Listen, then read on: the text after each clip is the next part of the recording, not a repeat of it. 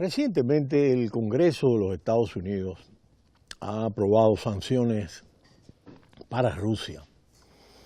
Dentro de todo el largo debate que se inició antes de las elecciones de los Estados Unidos del 8 de noviembre y posterior a las elecciones y a la toma de posesión del presidente electo el 20 de enero de este año 2017. De allá hasta acá ha habido un largo proceso en torno a las relaciones del candidato y presidente electo ganador y Rusia. Pues estas sanciones llegaron finalmente y lo que ha habido de inmediato es una reacción de Bruselas y de la Unión Europea en torno a la intensidad que puedan tener estas sanciones, sobre todo porque Rusia es un socio comercial importante de la Unión Europea en materia energética. Y ellos entienden que debe haber un diálogo con la Unión Europea a la hora de ver estas relaciones con su socio estratégico.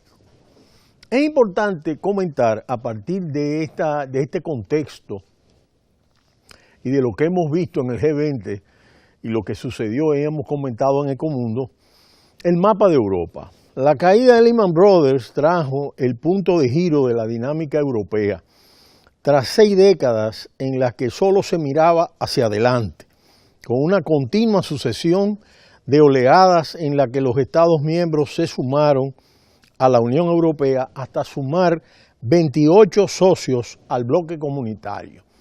Hicimos una serie bastante amplia sobre la formación de la Unión Europea. La crisis financiera enfrentó a los socios del norte de Europa con los del sur de Europa. Acreedores contra deudores. Grecia se quedó a las puertas de salir de la eurozona, con las heridas de la crisis aún sin cicatrizar. La crisis migratoria provocó una severa fractura entre los vecinos del este y del oeste de Europa. Y dentro de esta confusión, entre el malestar económico y el miedo a esta migración extranjera, aunque procediera de un vecino europeo incluso, los británicos consumaron una ruptura a través del Brexit que sentó un peligroso precedente que hemos comentado ampliamente en Ecomundo.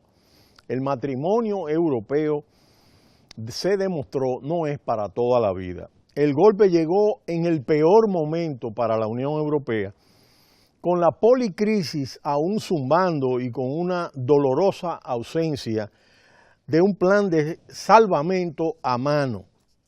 En las salas de mando de la Unión Europea, en Bruselas y sobre todo en Alemania, en Berlín, en la sede de gobierno, se acordó que la prioridad número 1 sería la unidad del bloque comunitario.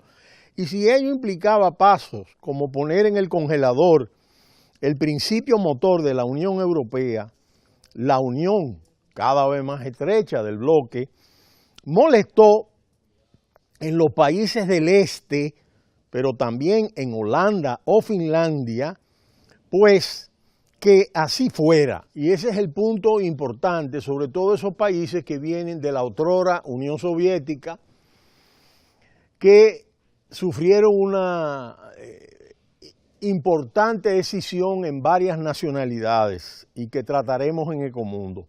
La canciller alemana Angela Merkel y el presidente de la Comisión Europea, Jean-Claude Juncker, están en sintonía en este sentido.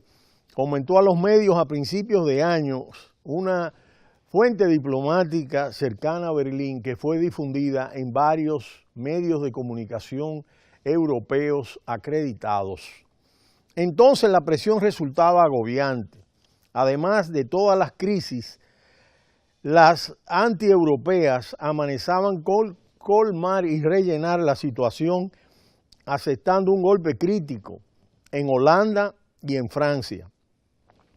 En el caso de Holanda, en las elecciones, se logró que Geert Wilders, un anti-Unión Europea, fuera derrotado en las urnas, y la victoria de Emmanuel Macron, en el caso de Francia, pues permitió que esa situación no llegara en el caso de Francia. Y esto, unido a la recuperación económica, indiscutiblemente que aflojó el nudo de esta situación de crisis en alguna medida. Pero a pesar de estos síntomas positivos, dentro del contexto complejo e incierto, Jean-Claude Juncker, el presidente de la Comisión Europea, y Angela Merkel, la primera ministra alemana, continúan operando en un espacio limitado, conscientes de que cualquier gesto puede romper la sacrosanta unidad y Europa no se puede permitir ni siquiera el mínimo reflejo de vulnerabilidad cuando no cuenta en su campo con ninguna de las grandes potencias extranjeras. En primer lugar, el neoaislacionismo nacionalista de los Estados Unidos de Trump. En segundo lugar, la deriva autoritaria de Turquía. Tercer lugar, los visibles desencuentros comerciales con China. Y finalmente, el conflicto con Rusia han pintado un mapa extremadamente hostil para Europa. Dentro del nuevo contexto, luego del triunfo de Emmanuel Macron, en conjunción con la primera ministra, la canciller alemana Merkel, sobre todo tras las elecciones alemanas que se van a desarrollar el próximo septiembre, se aspiran a dar un gran salto adelante y ya han habido algunos elementos para devolver la confianza al proyecto comunitario de la Unión Europea. Pero para algunos analistas y observadores, a pesar de la aparente confianza renovada, el debate sobre el futuro de Europa y la gestión de la embestida de Polonia al Estado de Derecho ilustran hasta qué punto la Unión pudiera hipotecar sus principios y valores y, en definitiva, su porvenir, por no fracturar y fragmentar el bloque comunitario de los que quedan, que son 27 luego de la salida de Inglaterra. Una Europa de varias velocidades surgió el pasado febrero como una de las opciones más viables para sacar a la Unión de su estancamiento y avanzar en aquellas áreas siempre prometidas de defensa, finalización de la Unión Económica y Monetaria y una verdadera unión política, entre otras cosas. Jean-Claude Juncker sugirió que era su opción predilecta y los líderes de los principales países, Alemania, Francia, Italia y España, le dieron su espaldarazo y apoyo como la solución ideal para la próxima década de la Unión Europea. Pero la oposición del llamado Grupo Visegrad, Chequia, Eslovaquia, Hungría y Polonia, enfrentó esta opción. Y este es un veto de considerable importancia. Para analistas y observadores, se ofreció así una bandeja de plata, un poder de veto sobre el futuro de Europa a estas fuerzas y estos enemigos declarados del proyecto en común, Hungría y Polonia.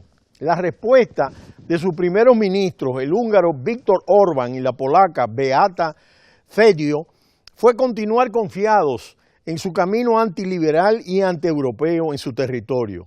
Si Viktor Orbán, el primer ministro Orbán, lanzó una campaña, vamos a parar a Bruselas, la capital de la Unión Europea, e intentó cerrar universidades privadas, Beata Szydło, la primera ministra polaca, ha terminado aún con medidas más radicales al pasar por el Parlamento una ley que somete el Poder Judicial a la clase política, dando la estocada al Estado de Derecho, pilar fundamental de la Unión Europea.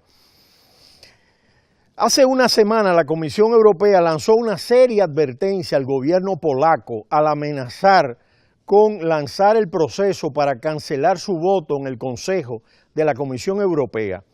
Sin embargo, con el borrador de la ley en trámite, el problema tiene una solución muy difícil de resolver, porque Polonia no considera a Bruselas sede de la Comisión Europea y un interlocutor legítimo. Alemania y París, sin embargo, ante la situación, no presionan para evitar rupturas y fragmentaciones, y la única opción que pudiera quedar es activar el artículo 7, la llamada opción nuclear, que le privaría de su voto en las decisiones comunitarias. Sin embargo, observadores y analistas entienden que esta vía por el momento se descarta, a sabiendas que llegar hasta tal punto implicaría escalar hasta el límite y volver a retomar el diálogo para normalizar la relación resultaría casi imposible después de eso. Sobre todo se impone una prioridad que no es otra que cimentar la unidad y evitar los gestos que contaminen el buen momento que vive Europa en esta situación luego de la recuperación económica y la victoria de Emmanuel Macron y la posible unidad que ya se percibe entre la canciller alemana y Francia, lo cual es sumamente importante para enrumbar la Unión Europea. Pero será hasta mañana cuando volveremos en Ecomundo. No le cambie, cita cultural.